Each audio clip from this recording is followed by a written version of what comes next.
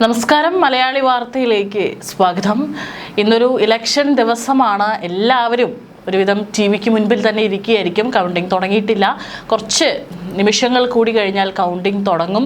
ഒരു മാസത്തോളം നീണ്ട ആകാംക്ഷ ഇന്ന് തീരും. നിയമസഭാ തിരഞ്ഞെടുപ്പിലെ വിജയികളെ കണ്ടെത്താനുള്ള വോട്ടെടുപ്പ് ഇന്ന് രാവിലെ 8-ന് ആരംഭിക്കും. 43 സ്ഥലങ്ങളായി 140 കേന്ദ്രങ്ങളിലാണ് വോട്ടെണ്ണൽ നടക്കുന്നത്. ആദ്യ ഫല സൂചനകൾ 9 മണിയോടെ അറിയാം. ഓരോ റൗണ്ട് പൂർത്തിയാകാൻ അരമണിക്കൂർ വരെ വേണ്ടിവരാം. രാവിലെ 8 മുതൽ തപാൽ വോട്ടുകളും 8:30 മുതൽ EVM-ലെ വോട്ടുകളും എണ്ണും. സ്ട്രോങ് റൂമിൽ നിന്ന് തപാൽ വോട്ടുകൾ ആദ്യം വോട്ടെണ്ണൽ ഹാളിൽ എത്തിച്ച് 50 വീതം കെട്ടുകളാക്കിയാണ് എണ്ണുക. വൈകിട്ട് 5 മണിയോടെ മുഴുവൻ ഫലവും പുറത്തുവന്ന് ഇലക്ഷൻ സർട്ടിഫിക്കറ്റ് വിജയിച്ച സ്ഥാനാർത്ഥികൾക്ക് നൽകാനാകുമെന്ന് പ്രതീക്ഷിക്കുന്നതായി മുഖ്യ തെരഞ്ഞെടുപ്പ് officer doctor Rathan U Kelkar പറഞ്ഞു. മാസങ്ങൾ നീണ്ട രാഷ്ട്രീയ പോരാട്ടങ്ങൾക്കും വാദപ്രതിവാദങ്ങൾക്കുമാണ് കേരളം സാക്ഷ്യം വഹിച്ചത്. ഒടുവിൽ ഇന്നറിയാം കേരളം ആര് ഭരിക്കുമെന്ന്. 15ാം കേരള നിയമസഭയിലേക്കുള്ള തെരഞ്ഞെടുപ്പിന്റെ വോട്ടെണ്ണൽ രാവിലെ 8 മണിക്കാണ് ആരംഭിക്കുന്നത്. എക്സിറ്റ് പോൾ ഫലങ്ങൾ UDF-ന് ഭരണമാറ്റം പ്രവചിക്കുമ്പോൾ താഴെ തട്ടിലെ കണക്കുകളിൽ ഉറച്ച് ഭരണ തുടർച്ചയുടെ ഹാട്രിക് പ്രതീക്ഷയിലാണ് LDF. ഇരുമുന്നണികളെയും ഞെട്ടിച്ച് നിർണായക ശക്തിയാകാൻ കഴിയുമെന്ന ആത്മവിശ്വാസത്തിലാണ് NDA. സംസ്ഥാനത്തെ 140 മണ്ഡലങ്ങളിലായി സജ്ജീകരിച്ചിരിക്കുന്ന വോട്ടെണ്ണൽ കേന്ദ്രങ്ങളിൽ 8 മണിക്ക് ആദ്യം തപാൽ വോട്ടുകളാണ് എണ്ണുക. 8:30 വോട്ടിംഗ് യന്ത്രങ്ങളിലെ വോട്ടുകൾ എണ്ണിത്തുടങ്ങും. 9 മണിയോടെ ആദ്യ ട്രെൻഡുകൾ വ്യക്തമാകും. 10 മണിയോടെ സംസ്ഥാനത്ത് ഭരണമാറ്റം ഉണ്ടാകുമോ അതോ പിണറായി സർക്കാർ തുടരുമോ എന്ന കാര്യത്തിൽ ഏകദേശ ചിത്രം ലഭിക്കും. ഭരണവിരുദ്ധ വികാരം വോട്ടായി മാറിയെന്ന ഉറച്ച വിശ്വാസത്തിലാണ് UDF. എക്സിറ്റ് പോൾ പ്രവചനങ്ങൾ നൽകുന്ന ആത്മവിശ്വാസത്തിൽ 80 മുതൽ 90 വരെ സീറ്റുകൾ അവർ പ്രതീക്ഷിക്കുന്നുണ്ട്.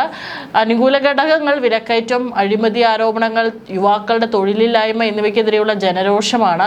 ഫലം വരും മുമ്പേ തുടങ്ങിയ മുഖ്യമന്ത്രി പദത്തെ ചൊല്ലിയുള്ള ഗ്രൂപ്പ് തർക്കങ്ങൾ ജനങ്ങൾക്കിടയിൽ തെറ്റായ സന്ദേശം നൽകുമോ എന്ന ഭയവും. ഹാട്രിക് വിജയം എന്ന ചരിത്ര നേട്ടമാണ് LDF ലക്ഷ്യമിടുന്നത്. പിണറായി വിജയന്റെ ക്യാപ്റ്റൻ ഇമേജും ക്ഷേമ പദ്ധതികളും വോട്ടർമാരെ സ്വാധീനിച്ചെന്ന് ഇടത് ക്യാമ്പ് കരുതുന്നു. അനുകൂല ഘടകം സർക്കാർ നടപ്പിലാക്കിയ അടിസ്ഥാന സൗകര്യ വികസനങ്ങളും പെൻഷൻ ഉൾപ്പെടെയുള്ള ക്ഷേമ ആനുകൂല്യങ്ങളൊക്കെ തന്നെ ഒരു ഗുണങ്ങളായിട്ട് അവർക്ക് വരും എന്ന് തന്നെയാണ് പ്രതീക്ഷ. പക്ഷെ വെല്ലുവിളികളും ധാരാളമുണ്ട്. സിറ്റിംഗ് സീറ്റുകളിലെ വോട്ട് ചോർച്ചയും ഭരണവിരുദ്ധ വികാരത്തെ അതിജീവിക്കാനുള്ള കടമ്പയും. സംസ്ഥാനത്ത് വോട്ട് വിഹിതം 20% മുകളിൽ എത്തിച്ച് തൂക്കുസഭ ഉണ്ടായാൽ കിങ് മേക്കർ ആകാനാണ് BJP നീക്കം. പ്രധാനമന്ത്രിയുടെ നേരിട്ടുള്ള പ്രചാരണം നൽകിയോളം ക്രിസ്ത്യൻ വോട്ടുകളിലും ഈഴവ വോട്ടുകളിലും ഉണ്ടായ മുന്നേറ്റം. ജയിക്കാവുന്ന മണ്ഡലങ്ങളിൽ വോട്ടുകൾ കേന്ദ്രീകരിക്കാൻ കഴിഞ്ഞോ എന്ന സംശയമുണ്ട്.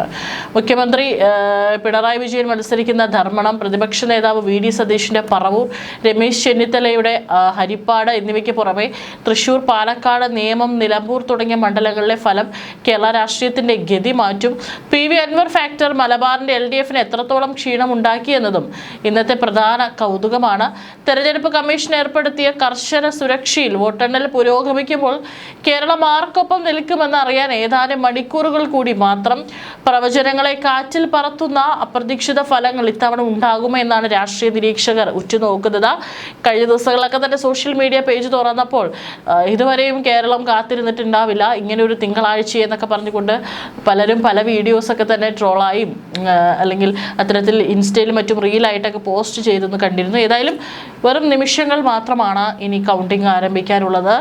നമുക്കും മലയാളി വാർത്താ പ്രേക്ഷകർക്കൊപ്പം തന്നെ ഞങ്ങളും ഏറെ പ്രതീക്ഷയിലാണ് ആര് ജയിക്കും എന്നുള്ളൊരു ആകാംക്ഷയോട് കൂടി തന്നെ നമ്മളും കാത്തിരിക്കുകയാണ് ഫലമറിയാനായിട്ട്.